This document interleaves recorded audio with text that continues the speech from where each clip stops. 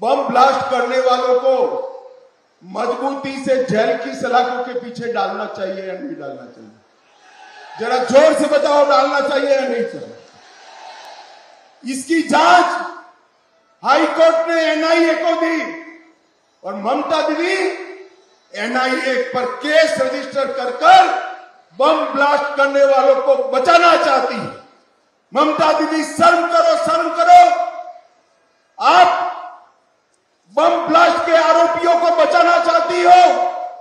आप चिंता मत करिए बंगाल वालों, हाई कोर्ट ने एनआईए को जांच दी है, सबको उल्टा लटका कर सीधा कर दिया जाएगा। आप चिंता मत।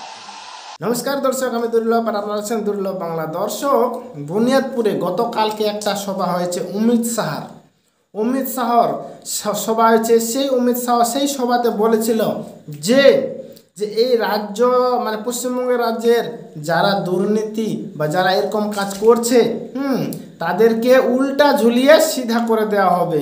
মানে এই যে আমাদের মুখ্যমন্ত্রী, পশ্চিমবাংলার মুখ্যমন্ত্রী মমতা বন্দ্যোপাধ্যায় বলছেন যে সিএএ একটা হচ্ছে নাগরিকত্ব কেড়ে নেওয়ার একটা হচ্ছে সিস্টেম, আর ওদিকে কেন্দ্রীয় সরকার বলছে যে সিএএ হচ্ছে নাগরিকত্ব দেওয়ার একটা সিস্টেম, আর আমাদের এদিকে রাজ্য সরকার মুখ্যমন্ত্রী বলছে সিএএ যারা করবে তারা নাগরিকত্ব পাবে না, তাদেরকে মানে বাইরে পাঠিয়ে দেওয়া হবে। এরকম ভুলভাল বোঝানো হচ্ছে আমাদের পশ্চিমবাংলার জনসাধারণকে। তো এই উদ্দেশ্যে অমিত শাহ বুনিয়াদপুর গতকালকে বলেছিল যে যারা এরকম ভীতি ছড়ানোর চেষ্টা করছে, যারা পশ্চিমবাংলাকে কলঙ্কিত করার চেষ্টা করছে, যারা পশ্চিমবাংলার জনসাধারণদের ক্ষতি করছে, তাদেরকে উল্টা ঝুলিয়ে সিধা করে দেওয়া হবে। এবং কি বর্তমানে আমরা দেখছি যে যারা পশ্চিমবঙ্গে দুর্নীতির সাথে যুক্ত, যারা জনসাধারণের কোটি কোটি টাকা তছনছ করে দিয়েছে, তাদেরকে আস্তে আস্তে ED, CBI, NIA, income tax arrest করছে, ধরছে এবং কি তিহারে পাঠাচ্ছে। এটা আমরা দেখছি। এবং কি অমিত শাহ যেটা বলেছেন একদম মিলে যাচ্ছে, হয়তো ভবিষ্যতেও। আর মোদী সরকার তো বলে দিয়েছেন যে 4 জুনকে বাদ হাম মানে তদন্তটা আরও দ্রুত গতিতে বাড়াবো। প্রত্যেকটা যারা দোষী তাদেরকে আস্তে আস্তে জেলে ঢোকাবো। সেগুলো হুঙ্কার শুনে আমাদের রাজ্য প্রশাসন, শাসক দল, টিএমসি, তৃণমূল একদম কাঁপুনিটা আরও বেড়ে গেছে। তার জন্য সেই কাঁপুনিটা যাতে আর বৃদ্ধি না পায়, আর বেড়ে না যায়, সেই জন্য আমাদের মুখ্যমন্ত্রী মমতা বন্দ্যোপাধ্যায় জনসাধারণকে আরও বেশিভাবে করাচ্ছেন, ভুল বোঝাচ্ছেন, যাতে অন্তত টিএমসি জিতে। কারণ টিএমসি যদি জিতে তাহলে তাদের অস্তিত্ব থাকবে, আর যদি ব্যতিক্রমে হেরে যায় তাহলে অস্তিত্ব একদম শেষ, ফ্যানিশ। আর ভোটের পর যদি হেরে যায় তাহলে তাদের যে কী অবস্থা হবে এটা একটা চিন্তার বিষয়। সেই জন্যই টিএমসির যত নেতা আছে, অভিষেক ব্যানার্জি বলে দিয়েছে যে প্রত্যেকটা বুথে, প্রত্যেকটা সিটে, প্রত্যেকটা লোকসভায় আমাদের লিড মানে ভোট আরও বেশি বাড়াতে হবে। যদি কমে যায় তাহলে সেখানকার প্রেসিডেন্ট এবং কি সেখানকার প্রধানকে একদম বহিষ্কার করে দেওয়া হবে পদ থেকে। তাহলে কত বড় হুঙ্কার করে দিয়েছে। এবার যে কোনো বুথে যে প্রেসিডেন্ট আছে, যে সভাপতি, যে প্রধান আছে, তাদের একটা ভয় থাকবে মনে যে না, যে করে হোক ছলে বলে কৌশলে আমাদের ভোট বাড়াতেই হবে। ভয় দেখি হোক, টাকা দিয়ে হোক বা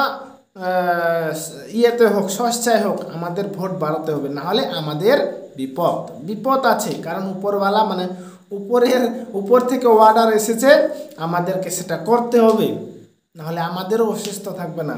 তার জন্য এই যে মোদী সরকার বলে দিয়েছে ভ্রষ্টাচার को हम ये नहीं देंगे, रहने नहीं देंगे, हम जोर से उखाड़ लेंगे भ्रष्टाचार को, এভাবে বলেছিল। অমিত শাহ দিকে বলছে যে উল্টো দিকে ঝুলিয়ে সিধে করে দেব। এই কতগুলা হুঙ্কার শুনে মোদি এবং অমিত শাহর আমাদের পশ্চিমবাংলার শাসক দলের আরও থরথরানি বেড়ে গেছে। আর বাড়ির কথা, কারণ যেভাবে আমরা দেখছি বর্তমান সময়ে টিএমসি বা শাসক দল দুর্নীতি করেছে, রেশন, কয়লা, বালি, টেট, মিড ডে মিল, 100 দিনের কাজ, রাস্তা, আবাস, মানে সব কিছুতেই। তো সেক্ষেত্রে থরথরানি বাড়ার কথা, যেহেতু ওরা করেছে এবং কি ধীরে ধীরে প্রমাণিত হয়েছে। কিছুদিন আগে একটা টেট, সে হাইকোর্ট বলেছিল না যে 2014 সালে যেটা পরীক্ষা হয়েছিল টেটের পুরো প্যানেলটাই বাতিল করে দেব। তাহলে এটা একটা বিশাল ধাক্কা রাজ্য সরকারের কাছে, রাজ্যের কাছে। পুরো প্যানেলটা যদি বাতিল হয় তাহলে 60,000 শিক্ষক অনাথ হয়ে পড়বে, মানে হয়ে পড়বে, ইনকামহীন হয়ে পড়বে, তখন বেকার হয়ে পড়বে। এটাও একটা বড় ধাক্কা। এরকম অনেক অনেক অনেক ঘটনা ঘটছে, অনেক ঘটনা আছে যেগুলো রাজ্য সরকারকে অস্বস্তি বাড়িয়ে দিচ্ছে। ঠিক তো দর্শক, আপনারা বুঝতে পারছেন আমি বিষয়টা কীভাবে বলতে চাচ্ছি।